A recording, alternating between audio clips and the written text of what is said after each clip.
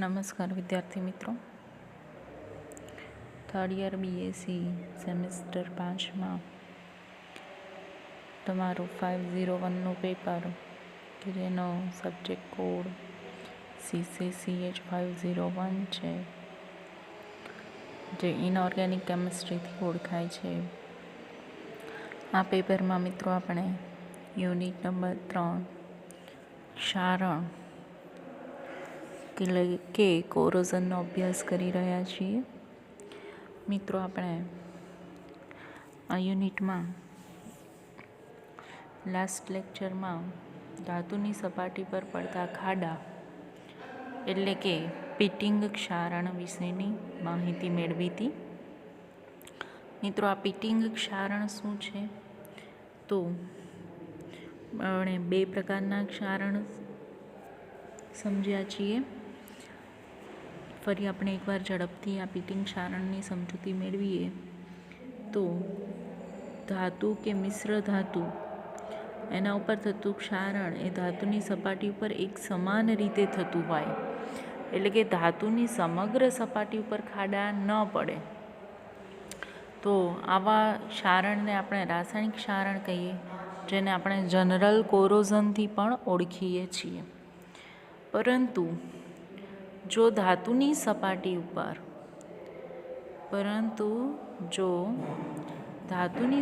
ઉપર વિદ્યુત રાસાયણિક રીતે ક્ષારણ થાય અને ખાડા પડતા હોય, તો બાકીની સપાટી ઉપર ક્ષારણ ન થયેલું હોય તો ક્ષારણ તીવ્ર અને સ્થાનિક બને છે. એટલે કે આ જે વિદ્યુત રાસાયણિક રીતે થતું ક્ષારણ છે, એમાં ધાતુની સપાટી પર જે બિંદુ ઉપર ક્ષારણ થાય છે ત્યાં આગળ ક્ષારણ વધુ થવાને કારણે એ તીવ્ર અને સ્થાનિક બને છે અને પરિણામે એમાં ઊંડા ખાડા પડે છે. તો આ રીતે થતા ક્ષારણને પિટિંગ ક્ષારણ કહેવાય છે. સ્ટીલ અને એલ્યુમિનિયમ જેવી ધાતુ ઉપર આવા પ્રકારનું ક્ષારણ થાય છે, એટલે કે પિટિંગ ક્ષારણ છે એનું ઉદાહરણ સ્ટીલ અને એલ્યુમિનિયમ. તો આ બંને પ્રકારની ધાતુ પર પિટિંગ ક્ષારણ એટલે કે એની સપાટી ઉપર ખાડો પડવો. આપણે જાણીએ છીએ કે નિષ્ક્રિય ધાતુ પર સામાન્ય ક્ષારણ થવાથી ધાતુની સપાટી પર રક્ષણાત્મક આવરણ ઉત્પન્ન થયેલું હોય છે. જો આવરણ કોઈ એક જગ્યાએથી નીકળી જાય અથવા તો છિદ્રાળુ બને તો તેની નીચે રહેલી ધાતુ પર ક્ષારણ શરૂ થાય છે, અને આ એક જ જગ્યા ઉપર ક્ષારણ છે એ સંકેન્દ્રિત થવાથી ધાતુ ઉપર ખાડો પડે છે. આપણે લાસ્ટ ટાઈમે ડાયાગ્રામ સાથે સમજ્યા છીએ, હમણાં ફરીથી પણ આપણે એને સમજીશું. તો ધાતુની સપાટી ઉપર આવી રીતે ખાડા પડવાની ક્રિયા એ વધુ ઝડપી હોય છે, કારણ કે ધાતુની સપાટી પર થોડો નાના ભાગ ઉપરથી આવરણ ઉખડી જાય અને વિદ્યુત કોષ રચાય છે. તો ખુલ્લી થયેલી સપાટી એ ધાતુની સપાટીના નાના એનોડ તરીકે વર્તે છે, જ્યારે આવરણયુક્ત ધાતુની સપાટી એ મોટા કેથોડ તરીકે વર્તે. તો આવી રીતે ક્ષારણ એ નાના એનોડ વિભાગ ઉપર સંકેન્દ્રિત થાય છે, એટલે કે નાના એનોડ વિભાગ જે છે એ ખુલ્લા થવાને કારણે ત્યાં આગળ ક્ષારણ છે એ ઝડપી બને છે, તેને અટકાવી શકાતું નથી.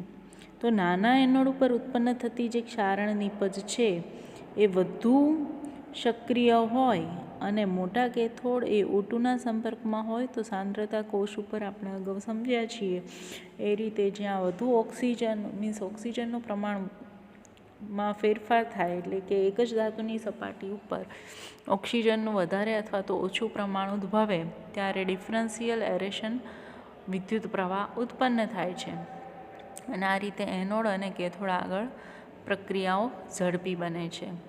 અને એનોડ આગળ છે તો ક્ષારણ વધુ તીવ્ર બને, કારણ કે એનોડ ઉપર હંમેશા ઓક્સિડેશન થાય અને ત્યાં આગળ ક્ષારણ છે એ વધુ ઝડપી થાય છે. આપણે લાસ્ટ લેક્ચરમાં આ ડાયાગ્રામ પણ સમજ્યા હતા.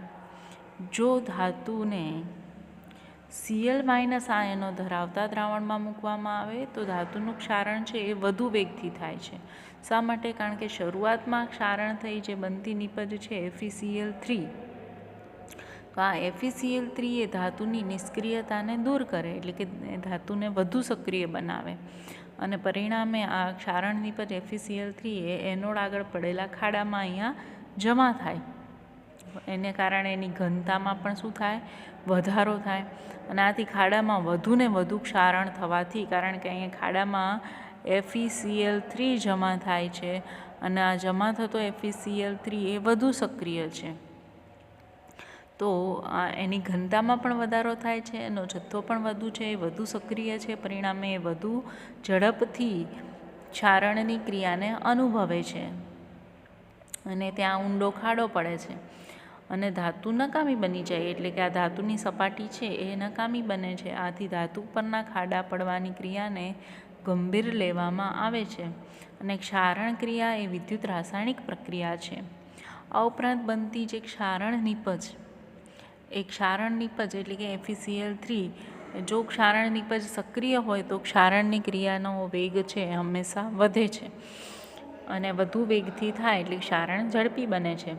તો નાનો એનોડ વિભાગ અને મોટો કેથોડ વિભાગ, અહીંયા જે જગ્યાએ ક્ષારણની ક્રિયા થાય છે એ એનોડ બને છે અને બાકીની ધાતુની સપાટી એ શું બને છે, કેથોડ બને છે.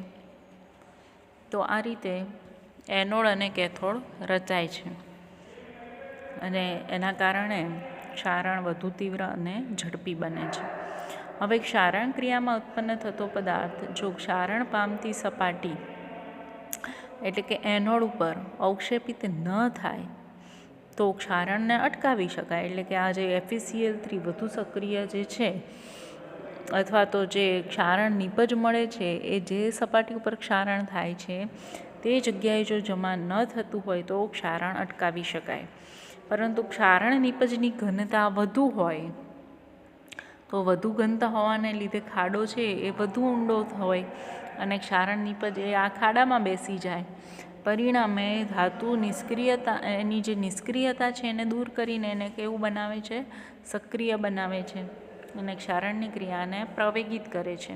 આથી ધાતુનો અમુક ભાગ છે એ નાશ પામે છે. તો મિત્રો, હવે આપણે આજે પિટિંગ ક્ષારણ જોયું, એ ક્ષારણને સમજાવતા આપણે જુદા જુદા પ્રયોગોને આધારે જે પરિણામો મળ્યા છે એ સમજીએ. તો સૌથી પહેલું છે કે 18% ક્રોમિયમ અને 8% નિકલ, આ બંનેની મિશ્ર ધાતુ, ક્રોમિયમ અને નિકલનું મિશ્રણ એ ધરાવતી મિશ્ર ધાતુ છે સ્ટેનલેસ સ્ટીલ. તો આ સ્ટેનલેસ સ્ટીલનું ઓક્સિડેશન કરતા માધ્યમની હાજરીમાં ખાડા પડવાનો વેગ વધે છે, કારણ કે જે ઓક્સિડેશન કરતા પદાર્થો છે એની હાજરીમાં કેથોડિક ક્રિયાને વધુ વેગ મળે, કારણ કે એનું પોતાનું રિડક્શન થાય છે અને એ બીજાનું ઓક્સિડેશન કરે છે. પરિણામે એનોડિક ક્રિયા પણ વધુ ઝડપથી થાય અને એનોડ ઉપર જો ઓક્સિડેશન ઝડપથી થાય તો ક્ષારણ પણ વધુ થાય, ઝડપથી થાય અને એની સપાટી ઉપર ખાડા પડે. બીજો મુદ્દો છે કે હવે આ સ્ટેનલેસ સ્ટીલ ધાતુ જે મિશ્ર ધાતુ છે, તો એ સ્ટેનલેસ સ્ટીલ પર ખાડા પડવાનો વેગ એ દ્રાવણનું ઉષ્ણતામાન વધે તેમ વધે છે. 65 ડિગ્રી સેલ્સિયસ તાપમાને ખાડાની ઊંડાઈ સૌથી વધુ હોય, એટલે કે આ રીતે સપાટીમાં સૌથી ઊંડો ખાડો પડી જાય. હવે સપાટી, ધારો કે ધાતુની સપાટી હોય તો આ રીતે ખાડો પડે અને પછી શું થઈ જાય, અહીંથી સપાટી છે એ ખાડા પડવાના કારણે આખી સપાટી બે ભાગમાં વહેંચાઈ જાય. પરંતુ તેના કરતાં વધુ તાપમાને ખાડા પડવાનો વેગ, હવે જો 65 ડિગ્રી અંશ સેલ્સિયસ કરતાં પણ તાપમાન વધુ થાય તો આ જે ખાડા પડવાનો વેગ છે એ શું થાય છે, ઘટે છે. તો એનો મતલબ એવો થયો કે 65 ડિગ્રી સેલ્સિયસ તાપમાન કરતાં વધુ તાપમાને એનોડ ઉપર થતી પ્રક્રિયા છે એ ધીમી થાય છે, ધીરી પડે છે. અશુદ્ધિની હાજરી ધરાવતા સ્ટેનલેસ સ્ટીલમાં ખાડા પડવાની ક્રિયા વધુ ઝડપી હોય છે. મુખ્ય ધાતુ કરતાં અશુદ્ધ ધાતુ જો સક્રિય હોય તો આ અશુદ્ધ ધાતુનું ગેલ્વેનિક ક્રિયા દ્વારા ક્ષારણ ઝડપથી થાય. આપણે ત્રીજો મુદ્દો શું જોવાનો છે, તો અશુદ્ધિની હાજરી. હવે આ મિશ્ર ધાતુમાં કોઈ અશુદ્ધિ રહેલી હોય તો અશુદ્ધિની હાજરીને લીધે આ સ્ટેનલેસ સ્ટીલમાં ખાડા પડવાની ક્રિયા પણ વધુ ઝડપથી થાય. હવે મુખ્ય ધાતુ કરતાં જે અશુદ્ધ ધાતુ છે એ વધુ સક્રિય હોય તો આ અશુદ્ધ ધાતુ છે એ ગેલ્વેનિક ક્રિયા દ્વારા, એટલે કે ગેલ્વેનિક કોષમાં આપણને ખ્યાલ છે કે જે ધાતુ હોય જેનો ઓક્સિડેશન પોટેન્શિયલ વધારે હોય એ ઓક્સિડેશન અનુભવે, એટલે કે એનોડ તરીકે વર્તે. પરિણામે અશુદ્ધિની હાજરીને લીધે વિદ્યુત રાસાયણિક કોષની રચના થાય છે અને વિદ્યુત રાસાયણિક ક્ષારણ થાય છે. ચોથો મુદ્દો છે કે હવા કે પાણીના દ્રાવણના પ્રવાહને લઈને ધાતુની ક્ષારણ ઉપર અસર થાય છે. દ્રાવણ કે પાણીના વધુ વેગને લઈને ઉત્પન્ન થતી જે ક્ષારણ નીપજ છે એ ખાડામાં જો દૂર થાય તો ક્ષારણ વેગ ઘટે, અને જો એ ખાડામાં વધુ પ્રમાણમાં ભેગું થાય તો ક્ષારણ વેગ વધે છે.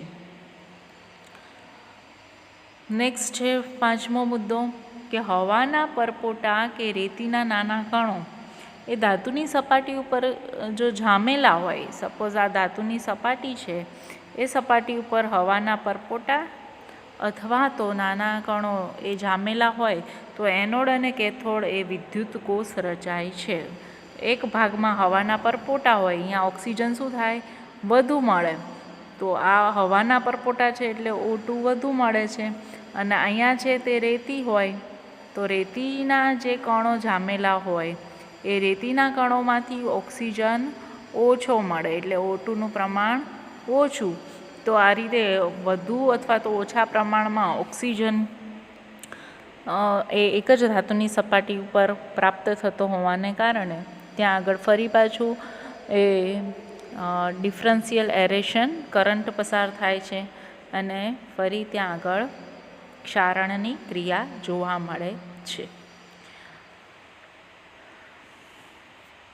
તો આ રેતીની નીચેનો જે રેતીના કણોની નીચેનો ભાગ એ એનોડ તરીકે વર્તે છે અહીંયા, અને હવાના પરપોટાવાળો ભાગ એ કેથોડ તરીકે વર્તશે અને પરિણામે અહીંયા વિદ્યુત રાસાયણિક ક્રિયા થાય છે. નેક્સ્ટ નંબર 6, છઠ્ઠો મુદ્દો, શા માટે આ રીતે પિટિંગ ક્ષારણ થાય છે? તો જ્યારે ધાતુને આપણે બેન્ડ કરીએ, આ ધાતુની સપાટી સરફેસ છે એક જ સમતલમાં છે, પણ જો એને આ રીતે બેન્ડ કરેલી હોય તો આ જ્યાંથી બેન્ડ કરવામાં આવે છે એટલે કે વાળવામાં આવે છે ત્યારે વળાંકવાળા જે ભાગ છે એમાં ધાતુની સપાટી ઉપર તિરાડ પડે છે, અને તિરાડ પડતા ત્યાં ક્ષારણ છે એ સ્થાનિક થઈ જાય. જનરલ મીન્સ આટલા ભાગમાં ક્ષારણની ક્રિયા છે એ થવાની શરૂઆત થાય અને આ જગ્યા ઉપર ફરી ઊંડો ખાડો પડે છે. તો આ રીતે મિત્રો પિટિંગ ક્ષારણ છે એ થવા માટેના જવાબદાર પરિબળો થયા. હવે એના પછીનું નેક્સ્ટ આવે છે વૃત્તિક ક્ષારણ, એટલે કે સિલેક્ટિવ કોરોઝન. તો આ જે વૃત્તિક ક્ષારણ છે એને સમજીએ, એની સાથે સાથે આપણે વિજસતીકરણ એટલે કે જસત છે એ દૂર થાય છે, જેને ડિઝિમ્ફિકેશન પણ કહે છે. ઝિંકને દૂર કરવાનું માટે એને વિજસતીકરણ, ઝિંક ધાતુ છે એને ગુજરાતીમાં જસતથી ઓળખવામાં આવે છે, માટે એ ઝિંક દૂર કરવાની એટલે એને કહેવાય છે વિજસતીકરણ, જેને ઇંગ્લિશમાં કહેવાય છે ડિઝિમ્ફિકેશન. તો હવે આપણે એના વિશેની માહિતી મેળવીએ. મિશ્ર ધાતુઓનું ચોક્કસ માધ્યમ. હવે જ્યારે મિશ્ર ધાતુ હોય એટલે એમાં એક કરતાં વધુ ધાતુ આવેલી હોય તો જ એ મિશ્ર ધાતુ બને, અને આ મિશ્ર ધાતુ છે એ ચોક્કસ માધ્યમ કે સંજોગોમાં બે ઘટકમાંથી કોઈ એક ઘટકનું શું થાય, ક્ષારણ થાય.